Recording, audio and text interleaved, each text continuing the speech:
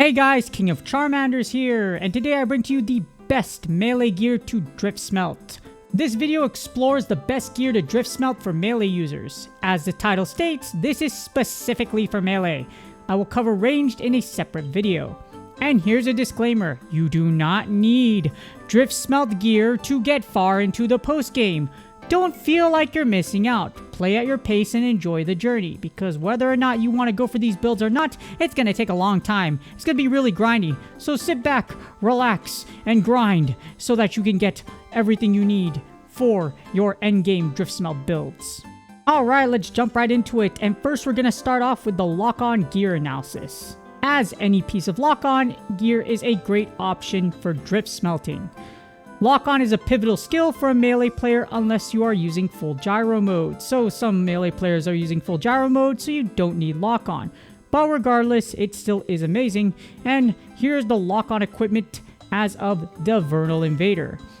You have the Kuluyaku helmet, the Rathian Van Braces, the Black Diablo's Coil, and the Coral Puke helm. And next we're going to move on to the priority list for lock-on gear. So this is the order which you should prioritize if you're going to DRIFTSMELT any driftstones into this gear. Starting off with the Coral Puke helm at number 1. This is the best as it carries the best skill, Weakness Exploit level 2 at grade 8. And ironically, you will also unlock the DRIFTSMELT slot at the same time.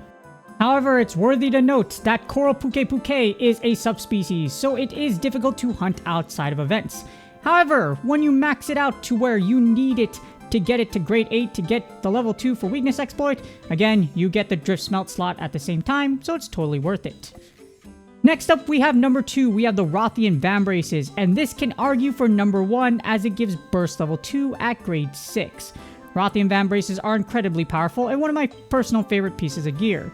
It is also not a subspecies, so you don't need to go and find an event to find Rathian, so it's really good. However, it does require grade 8 to unlock its DRIFTSMELT slot, so either way, you're gonna have to get it in some way, shape, or form to grade 8 before you can implant driftstones into your Rathian Van Braces. Next up at number 3, we have the Black Diablo's Coil. It's flexible at it is a waist armor for lock-on, so there's a lot of things you could do with a waist lock-on piece of equipment. However, heroics is conditional and you still need to get it to grade 8 to unlock its DRIFTSMELT slot. It is also a subspecies, so it is difficult to get to grade 8. This is one of my favorite monsters, but for some of you it's not your favorite because it continuously runs all over the battlefield and pisses you off. So with the Black Diablos' difficulty, she's definitely very stubborn, and you have to get it to grade 8 if you want to unlock its DRIFTSMELT slot with a subspecies monster. And last but not least at number 4, we have the Kuluyaku helm. In all summary, just don't do it. You can implant something for the skill parameter, but it's not worth investing into the long run.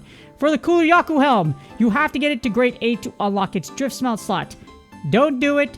You might as well save all those materials and that Zenny to upgrade something else to grade 8 so you can unlock that slot instead of this one. And now we move on to the next set of gear, which is the Affinity/critical gear analysis. So critical damage applies to both raw and elemental, so it's top priority in the elemental meta. Most elemental meta builds at all grades have some sort of affinity into it. So whether you're at 7, 8, or whatever, if you pop it into mhn.quest, you'll see there's some sort of affinity into most meta builds at all grades. In fact, you can create an all-purpose elemental crit build that I will cover in another video. So because every piece of armor has 10 skills you can swap in at any time, you can actually put all of them except for dragon, because you can't put dragon as of right now, and DRIFTSMELT it into your armor. However, for the rest of the elements, you can put it onto them. So you can have one piece of gear with all the elements you need, again, except for dragon as of right now. But again, I will cover that in another video. And now here's the priority list of affinity/crit gear. At number 1, we have the Coral Puke helm. I covered that on the lock-on slide, but again, it's really good. And at grade 8, you unlock both the level 2 for Weakness Exploit and the DRIFTSMELT slot, so it's really good. At number 2, we have the Kuluyaku leggings. So while we put the helmet at last, the leggings are absolutely amazing, as it is the most accessible monster on the field as you can encounter it in all 3 biomes, and it gives critical eye level 2 at grade 8. However, it does require grade 8 to unlock its DRIFTSMELT slot, so you're going to have to upgrade a little more after grade 6 so that you can unlock that slot. At number 3, we have Rathalos Mail. It gives Weakness Exploit level 2 at grade 6, and it gives more flexibility as there are multiple critical eye armor pieces that give level 2. No, seriously, critical eye's got a lot of stuff, but there's a lot of ways you can customize and spin it to where Rathalos Mail is actually the best slot for Weakness Exploit as far as the chest piece goes for critical equipment. However, even though you can encounter Rathalos on the field, the problem is it does require grade 8 to unlock its DRIFTSMELT slot. So, it's best to use your monster tracker to find them Rathalos if you're having a hard time finding them in the wild. And last but not least, you have the Pink Rothian Waste. This gives critical eye level 2 at grade 6. However, it is a subspecies, so it is difficult to hunt outside of events. And it requires grade 8 to unlock its DRIFTSMELT slot. So again, a very expensive and a very difficult piece of equipment to get to grade 8 unless you're tackling it on during events. And the rest of these equipment right here, these aren't really worth putting anything into, so the ones which give you critical eye level 1, just don't do it, it's not worth it. On to the next set of gear, we have the offensive guard gear analysis. So for those of you that like using defense, not really, if we're using offensive guard, we're just going forget defense. Offensive guard level 5 is extremely powerful if you have enough practice with perfect guards, particularly the lance and the charge blade. At level 5, you get a whooping 40% attack boost for 10 seconds. And the best thing about offensive guard is you can also implant offensive guard using DRIFTSMELTing. And this leads us to a priority list of offensive guard gear. At number 1, we have the Barroth Mail, which gives you offensive guard level 2 at grade 6, and you get your Driftstone slot available at grade 5. So if you can't even get this to grade 6 yet, guess what? You could still imprint your Driftstone slot into it and hope you get a good roll. And at number 2, we have the Bamborough Vambraces, which give you offensive guard level 2 at grade 6, and just like the Barroth Mail, your Driftstone slot is available at grade 5, making it great and cheap, especially for offensive guard users. Unfortunately, the rest of the armor with offensive guard isn't worth investing Driftstones into, so don't bother doing it. Just take care of these 2 pieces, and these pieces of gear as well. As we move on to the status sneak attack gear analysis. So status sneak attack is a staple for status element builds. You can only get up to status sneak attack level 4 for now, but either way, a huge benefit of the status sneak attack set is that it is a cheap armor set to build and even to unlock its DRIFTSMELT slots. Status sneak attacks only need grade 5 in order for you to get your DRIFTSMELT slots. So it's pretty cheap, you don't need to get grade 6 or grade 8 for any of these armor pieces. And that brings us to our priority list of status sneak attack gear. At number 1, we have the Sisiaku Vambraces, so you're going to want to do the gloves first as it gives status sneak attack level 2 at grade 4. And it's important for the 2 levels it gives to the final status sneak attack build. It also requires grade 5 to unlock its drift slot smelt, so again, all pieces are only at grade 5. At number 2, we have the Sisiaku Waste, and it gives status sneak attack level 1 at grade 4, but what makes this piece so good is it also grants you evade extender level 1, allowing you to get behind monsters faster.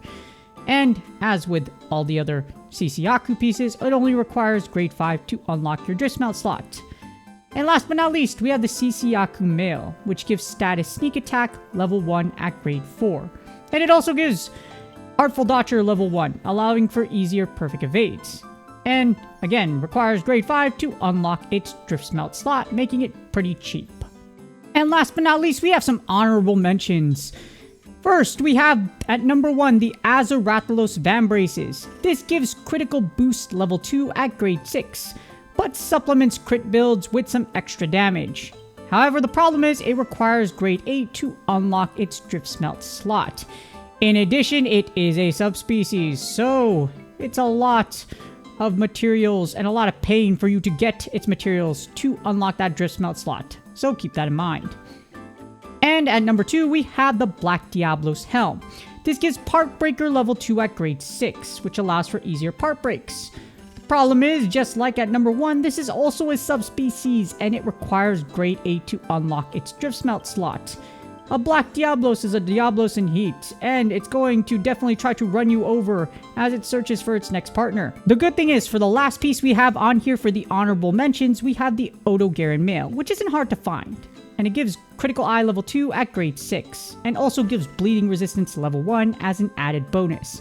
However, it isn't really worth drift smelting as there are enough critical eye level 2 pieces. You already have the Waste and the Greaves, and the Rathalos male fits better in this slot because, like I mentioned, there's enough critical eye level 2 pieces. And it also requires grade 8 to unlock. So again, it's an honorable mention, but definitely not worth investing drift smelting stones into. Hopefully this guide helps you decide what to drift smelt first for your melee builds. Remember, prioritizing drift smelting for the build you use the most. If you get a flop, use the best parameter you get to suit your build. So skill parameters. Skill parameters give you a boost to affinity or your attack or defense. Find the best one for your attack and slap it in there, even if you get a crap one. But yeah, prioritize for the build you use the most. If you're not going to use it a lot, why are you worried about it unless you've already built the build you have and you use the most, unless you have all the drift smelting skills you need on it. But yeah, don't branch out unless you already have the one you use the most built up. With that being said, please do me a huge favor, like, subscribe, and comment for the YouTube algorithm. Good luck on your drift smelting slots and everything like that. Hopefully you get the skills you want. May the odds forever be in your favor. I wish you all the luck in the world for your rolls, and I will see y'all on the next video.